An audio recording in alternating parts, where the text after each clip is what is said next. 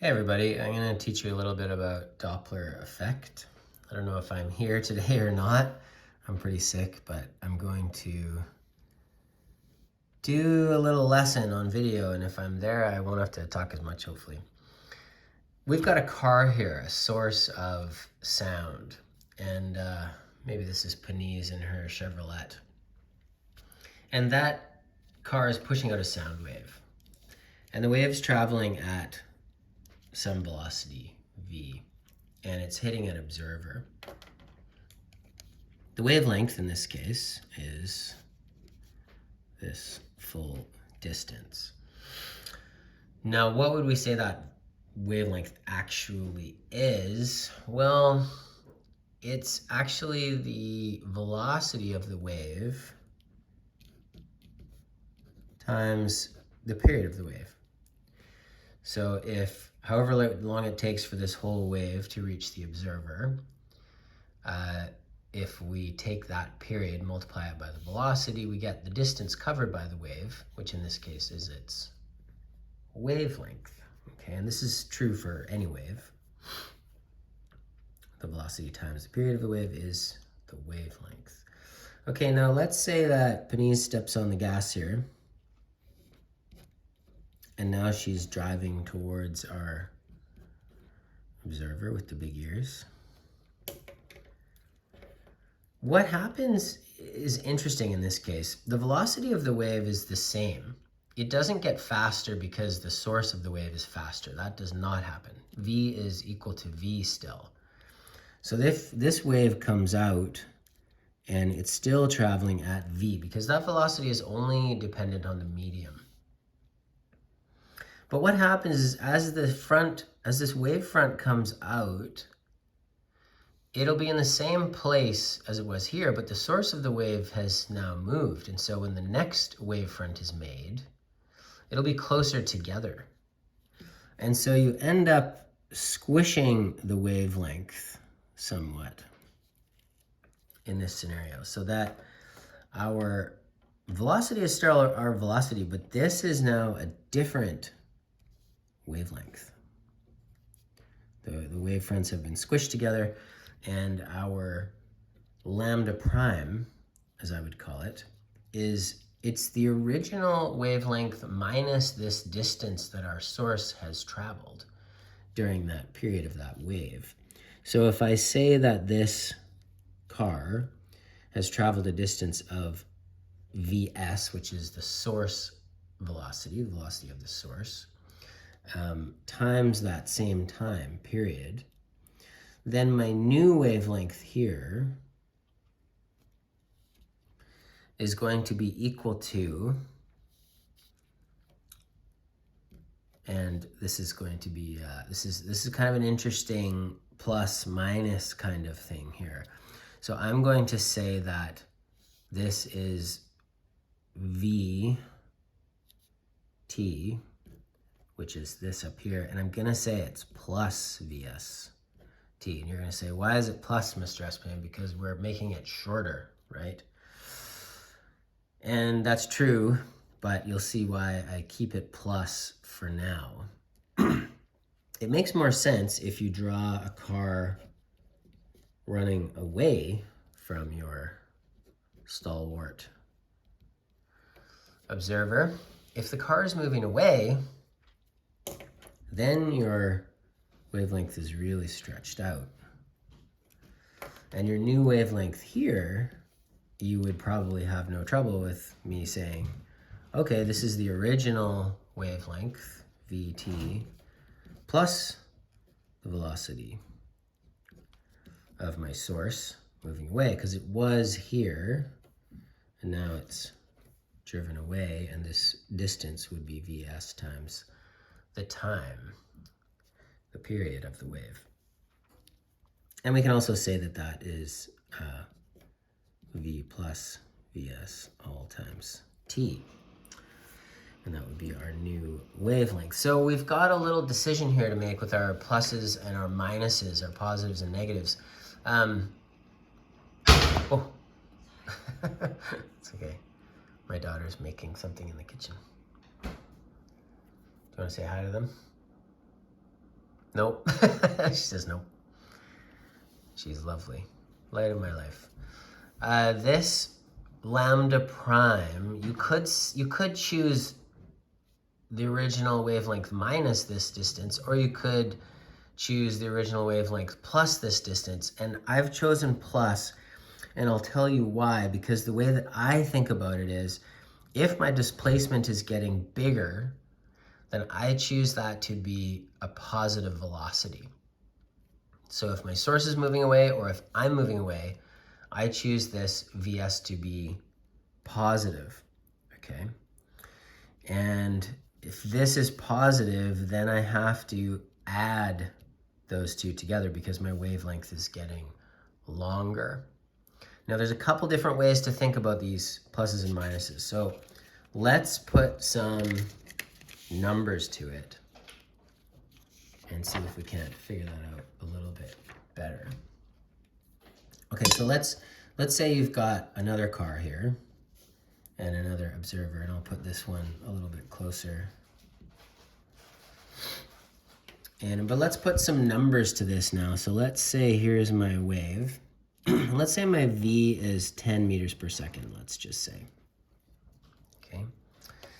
And let's say that the distance here is 1 meter. And let's just say that that's one full wavelength. So let's say my lambda is 1 meter and my V is 10 meters. So then that means that my frequency, if you think about this, it'll make sense that the frequency is 10 hertz, because in 1 second, I'm going to have 10 waves go through because they're traveling at 10 meters per second, and every wavelength is 1 meter, and so you get 10 hits in 1 second. If you wanted to talk about the period, that would be the inverse of this, which would be 1/10 or 0.1 seconds. Okay, so you get a wave every 0.1 seconds, and you get 10 waves in a full second. Okay, so let's draw this line down here. That's my starting point. And let's say that this car is getting out of Dodge, zooming away. And it has moved some distance. That distance is going to be VST, okay? Let's say that that Vs is 5 meters per second, okay? And here's my stalwart observer, still standing there.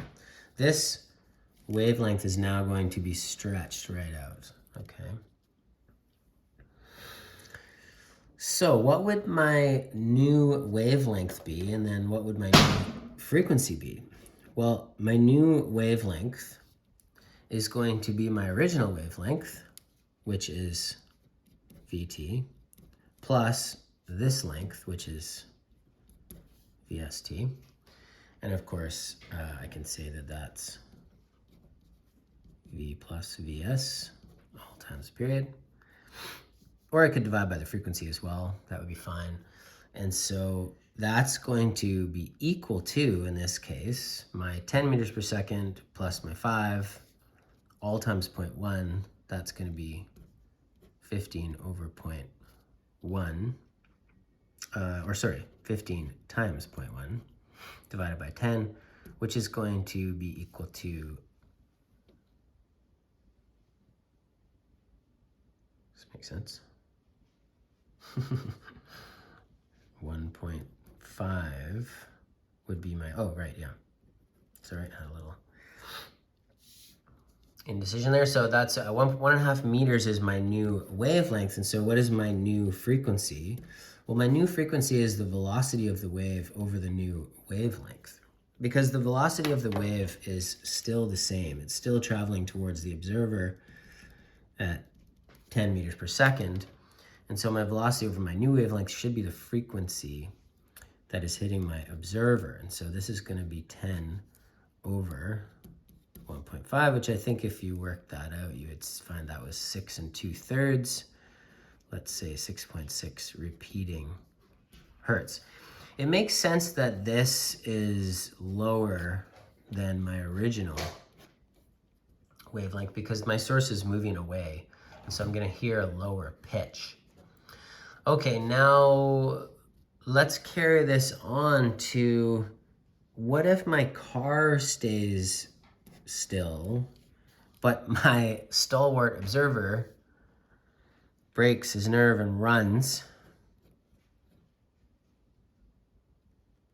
Still listening though.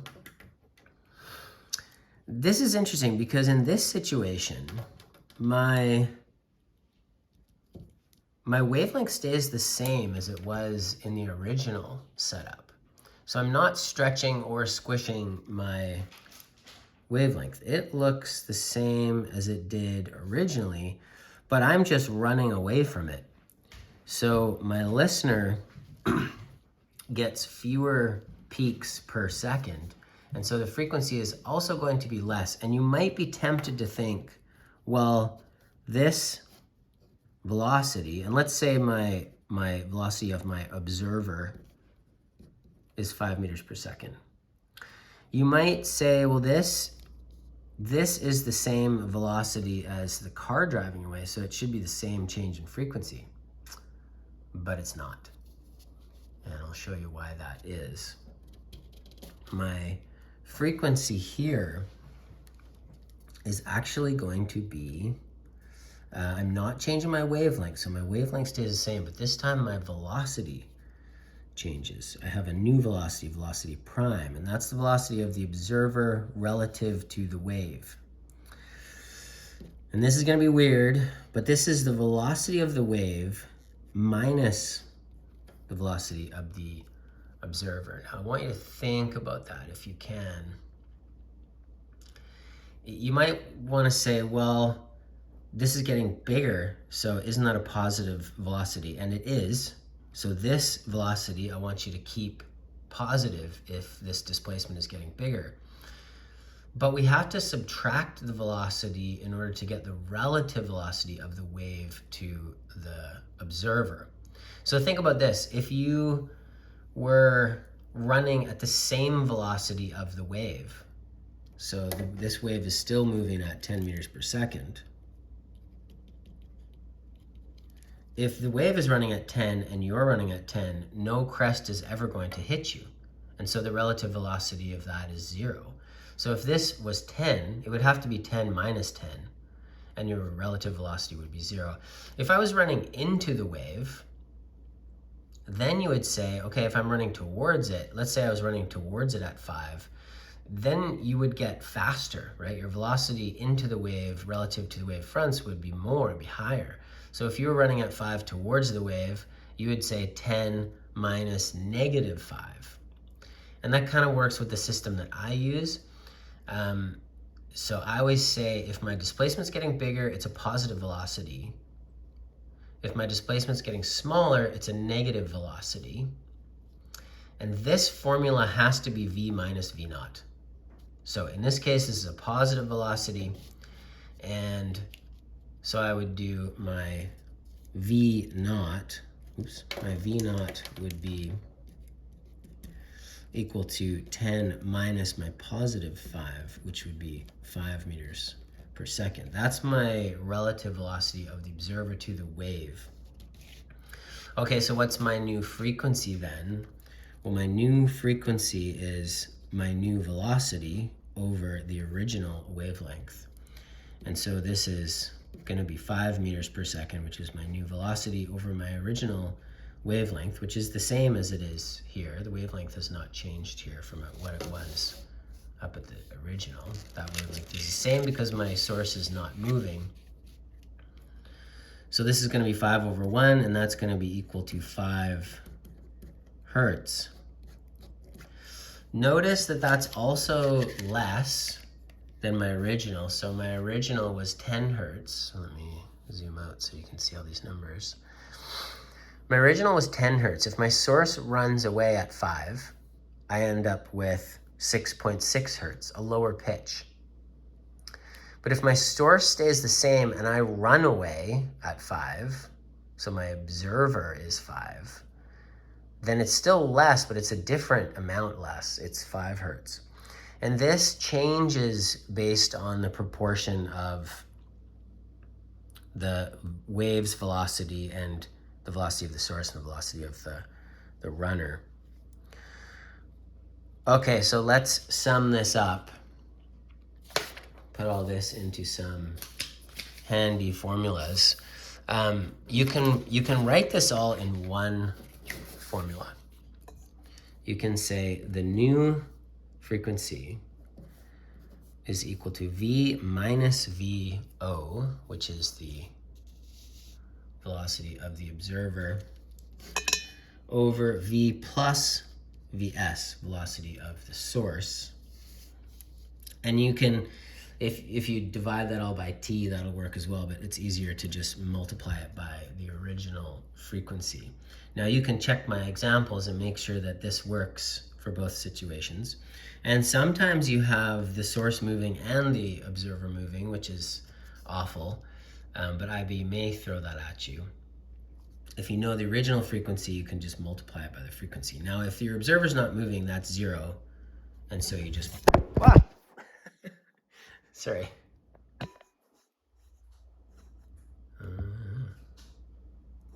Sorry for that. If your observer velocity is 0, if your observer's not moving, it's just V over that. And if your source is not moving, it's just V minus V naught over V.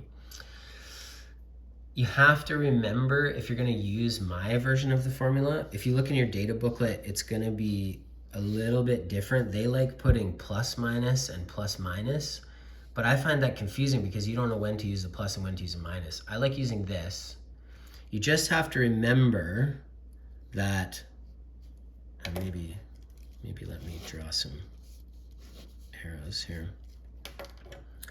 And let's just say, if you're going to use my version, then VO and VS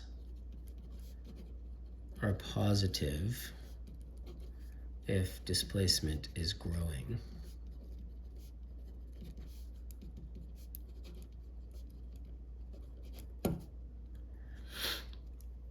Okay, and there's different ways that you could source this out, but I find this works pretty well.